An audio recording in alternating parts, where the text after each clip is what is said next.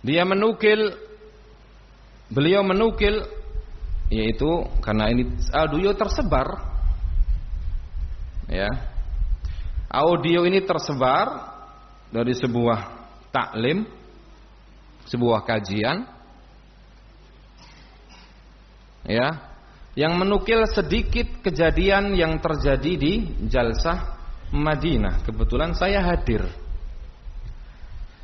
Maka min bab qaulihi ta'ala, dalam rangka mengamalkan firman Allah Subhanahu wa ta'ala, ya ayyuhalladzina amanu kunu qawwamina bil qisti syuhada'a lillah walau ala anfusikum awil walidaini wal aqrabin. Wahai orang-orang yang beriman, jadilah kalian semua para penegak keadilan yang bersaksi dengan persaksian yang benar karena Allah Subhanahu wa ta'ala, karena mencari pahala di sisi Allah Subhanahu wa ta'ala. Walaupun persaksian yang benar itu dan walaupun sikap adilmu akan memberikan sebuah madarat kepada kalian ataupun orang tua kalian ataupun kerabat-kerabat kalian, tetaplah berlaku adil. Nah, di sini dikatakan bahwa ya, ketika ada seseorang waktu itu ditanya sama Syekh Abdullah Al-Bukhari, fulan itu salafi atau hizbi. Nah, jadi Al-Ustaz Ahmad Khadim hafizahullah ya menceritakan ya bahwa Syekh Abdullah Al-Bukhari ketika itu memang bertanya kepada asatidzah, "Thayyib Luqman salafi atau hizbi?" Ustaz Luqman itu salafi atau hizbi? Nah, maka Al-Ustaz Abdus Samad hafizahullah wa waffaqah, beliau menjawab, "Na'am ya Syekh, salafi lakinnahu sayyi." Nah, betul wahai Syekh, Ustaz Luqman itu salafi tapi sayyi, buruk. Nah, perhatikan. Itu jalsah, beliau adalah sebagai rujukan. Beliau sebagai bisa dikatakan hakim ataupun penengah bagi kita semua para asatidzah. Nah, tentunya termasuk dari sebuah adab itu menyerahkan hukum yang akan diputuskan nanti kepada beliau, karena memang tujuannya begitu. Karena kata-kata sayyi fulan sayyi itu adalah hukum, vonis. Misalnya si Umar itu sayyi, dia adalah buruk. Ya, maka ini adalah apa? Vonis. Jadi belum beliau sudah memberikan sebuah vonis. Subhanallah. Nah, yang di sini perlu diluruskan. Nah, kata Ustaz Ahmad hafizahullah, disebut sama orang itu yaitu Ustaz Abdus Somad. Nah, dia salafi tapi sayyi. Ya, jadi Ustaz Abdus Somad menjawab, "Nah, Luqman ini salafi tapi buruk."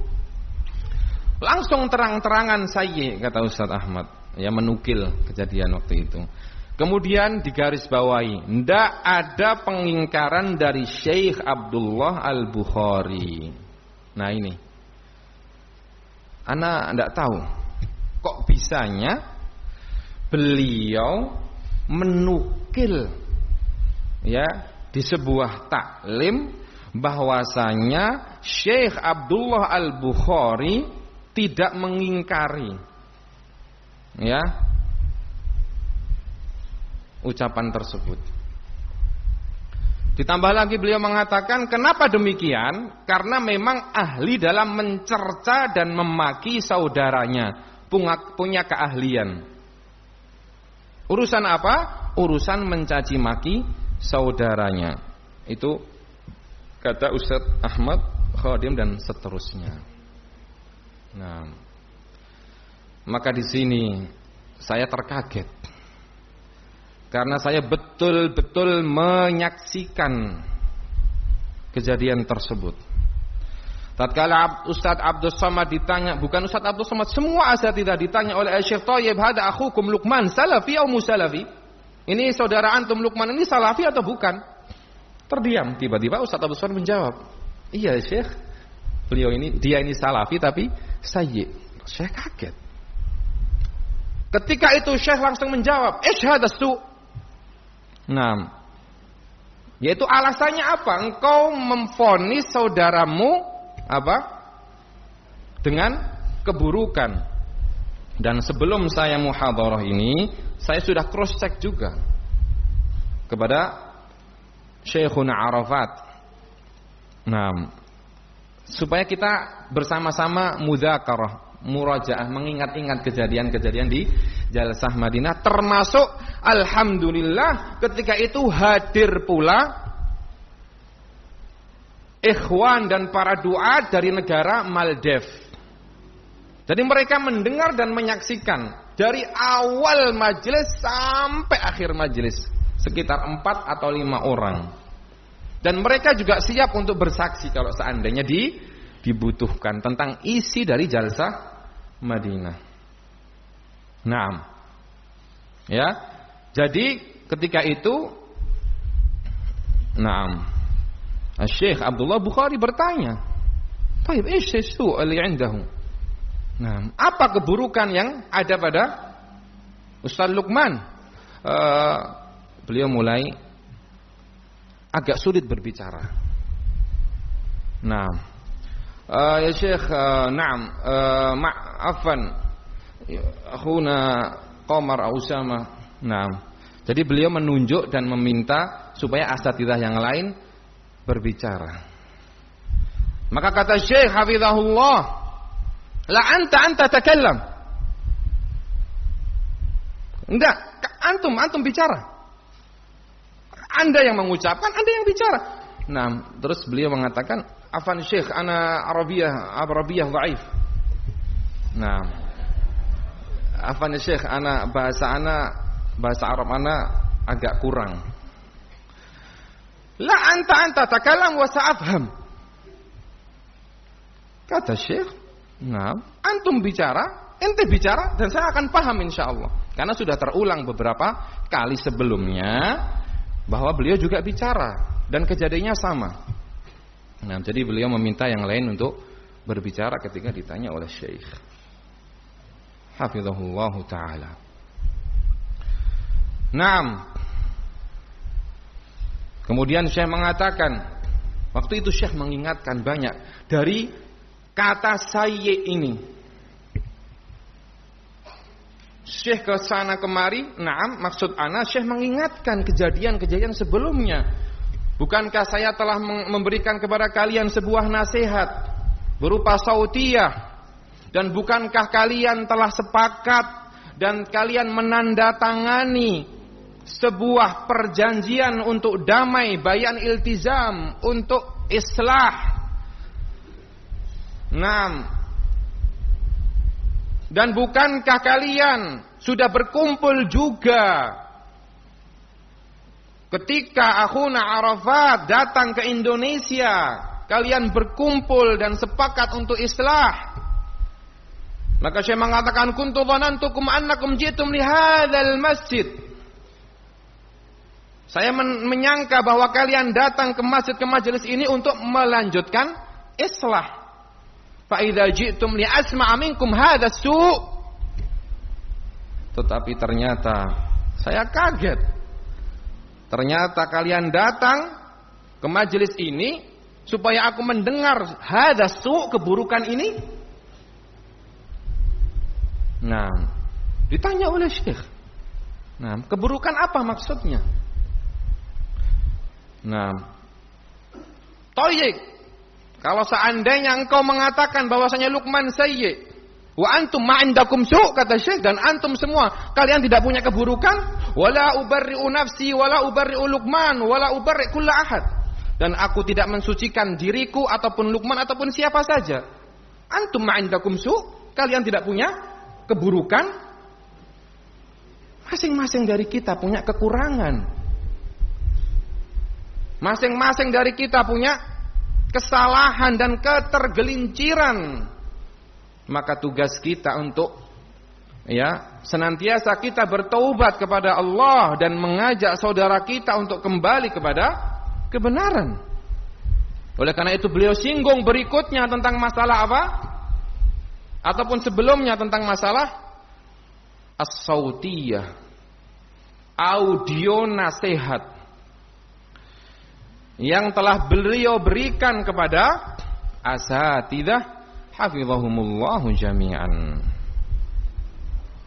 Ya, walaupun sebelumnya sudah melalui proses dan fase. Yang sebenarnya kalau kita ingin menilai secara teliti dan bijak, bahwa beliau sudah memberikan beberapa kali ujian. Atau sebelum kita cerita tentang itu, mari kita berpikir secara jernih dan seksama.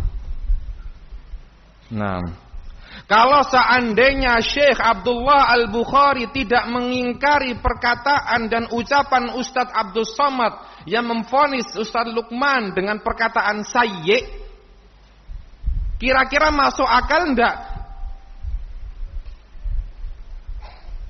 dengan komentar dan nasihat beliau dan keputusan beliau di dalam menilai tulisan-tulisan dan data-data yang ditulis oleh asatidzah dengan apa? Hududun nafs. Semuanya dibangun di atas apa? Kepentingan-kepentingan pribadi atau hawa nafsu. Masuk akal enggak?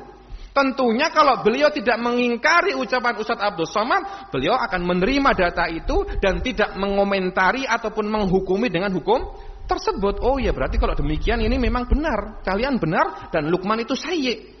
Dan beliau akan meminta Ustaz Luqman untuk bertaubat dari segala keburukan-keburukan yang telah mereka tulis. Fahimtum hadza? Bisa difahami ya ikhwan?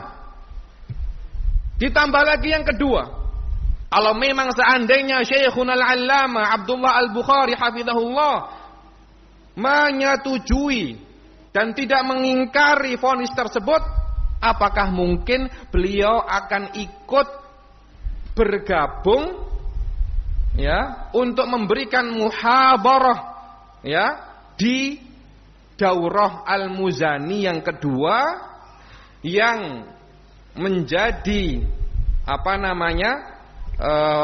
tempat diselenggarakannya adalah di Jember, tempatnya Ustadz Luqman. Apakah mungkin seorang syekh yang menganggap seorang dai itu buruk, sayyi', kemudian beliau memilih untuk bermuhadarah di tempatnya? Masuk akal enggak ini? Nah, masuk akal. Yang ketiga, ditambah lagi yang sudah saya sampaikan sebelumnya. Beliau mengulang-ulang mengomentari majelis Madinah tersebut dengan segala macam hujjah yang disampaikan oleh asatidzah. Jadi kalau ada yang mengatakan bahwasanya asatidzah di majelis Madinah itu tidak jadi menyampaikan separuh catatan-catatan dan poin-poin kritikan tentang Ustaz Luqman, itu dusta. Karena di situ mereka sampaikan. Tetapi semakin banyak mereka menyampaikan poin-poin yang menurut mereka itu adalah sebuah hujjah, tapi semakin meyakinkan Syekh bahwasanya fitnah yang terjadi dan hujjah-hujjah mereka dan juga yang telah ditulis oleh mereka sebelumnya dan dikirim kepada Syekh itu betul-betul dibangun di atas hududun nafs, hawa nafsu. Nah, ini yang ketiga. Kira-kira masuk akal enggak? Kalau seandainya beliau menyetujui tentang vonis itu, apakah beliau akan mengucapkan seperti itu? Bahwasanya majelis ini semakin meyakinkan aku bahwa apa yang kalian tulis sebelumnya dibangun di atas hawa nafsu. Nah, kita kembali kepada kejadian sebelumnya atau setelahnya. Makanya tadi saya sampaikan ketika itu disinggung tentang masalah apa? Audio. Yang sebelumnya sebenarnya sudah terjadi beberapa isyarat dari syekh, yang itu sebenarnya kalau kita cerdas mengamati, kita buka hati kita dengan bersih untuk menilai kebenaran karena Allah, tajarrud, memurnikan kalbu untuk mencari kebenaran dalam rangka mencari ridha dari Allah, itu kita akan faham. Tatkala terjadi ataupun tatkala disampaikan wasiat kibar ulama yang pertama, dan sudah saya sampaikan juga ataupun saya singgung sebelumnya, saya diminta untuk menyampaikan, bukan saya yang meminta atau saya yang mendaftarkan diri atau saya yang melobi. Bahkan saya meminta izin sama syekh supaya wasiat ini